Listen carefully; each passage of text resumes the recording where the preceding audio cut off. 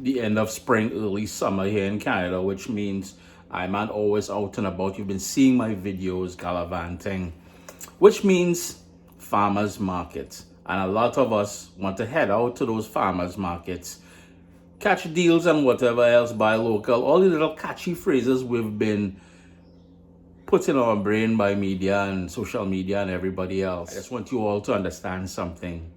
Farmers market don't necessarily mean local to you. Keep that in mind. And the other important thing is it won't necessarily be cheaper. From my experience, the stuff in the grocery store is always cheaper unless we get to the end of the day at the market, and sometimes you catch a break and you get a little sale. But for the most part, now I know there's going to be fight down about where it comes from and mass produced and not organic versus organic and all that. But listen, when it comes to my wallet and buying food for myself, feeding myself and my family, cost takes priority. All right. My first tip, a shopping list or sort of a menu that you want to create with what, you got to have a purpose for going. You want to know what's local, what's in season. So sort of plan a list of what you want to look for. Now that you have that list, once you get there, and I guess this is a tip, get there early, because these farmers markets, for the most part that I go to, they get crowded. The third tip, going back to what I was going to say there about the meals, planning the meals, is walk around, do a circumference of the entire property kind of thing, check out all the vendors, see what the prices are like and the quality and quantity that you're paying for.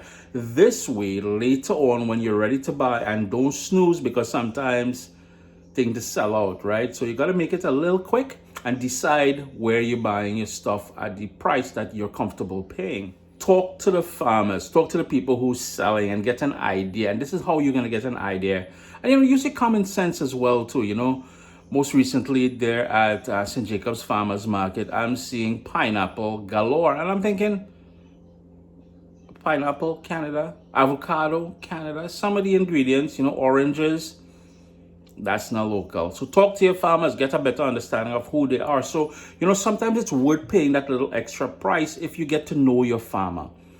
Know their struggles, know what brings joy to them, know, the whole growing process. Ask them questions, where it's grown, how long does it take? What's coming up in season? Have that conversation with the farmer. I know we got all those little tap things, you can tap your debit card and everything else, but cash is still king. Walk with cash. And small bills as well to make it easier and make it faster, because if it's crowded and you have the exact amount of money that they ask for. In my case, I bought a bunch of zucchini. They were, I think, $3 or something. So I had, and in Canada we have coins, so a dollar coin, which is a loonie, a $2 coin, which is a toonie. So I had change as well too, not only to walk with cash, walk with bags as well, reusable bags. To say we buy them, we keep them in a bag in the house or in the car or something. Make use of them. After all, we're supposed to be cutting back on the amount of plastics that we're putting out there. It's easy to get caught up in the sort of Sam's Club or Costco mentality where buying bulk, you see this big amount and you're thinking, well, yeah, that is a good deal, because listen, if you can save $5, $10, even $1, you're still saving something by buying in bulk. But have a plan.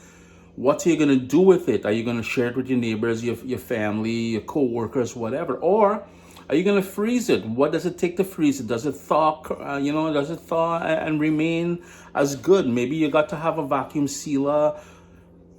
Put some thought into it if you're buying in bulk, because you don't want to buy it, bring it home, and then it just rots on you. That defeats the purpose of the deal. And it's sort of last tip I'm going to leave with you. Forget, if you're outdoor and you got to dress for the weather and the temperature and sunblock and water and all those different things. I like bringing a wagon with me.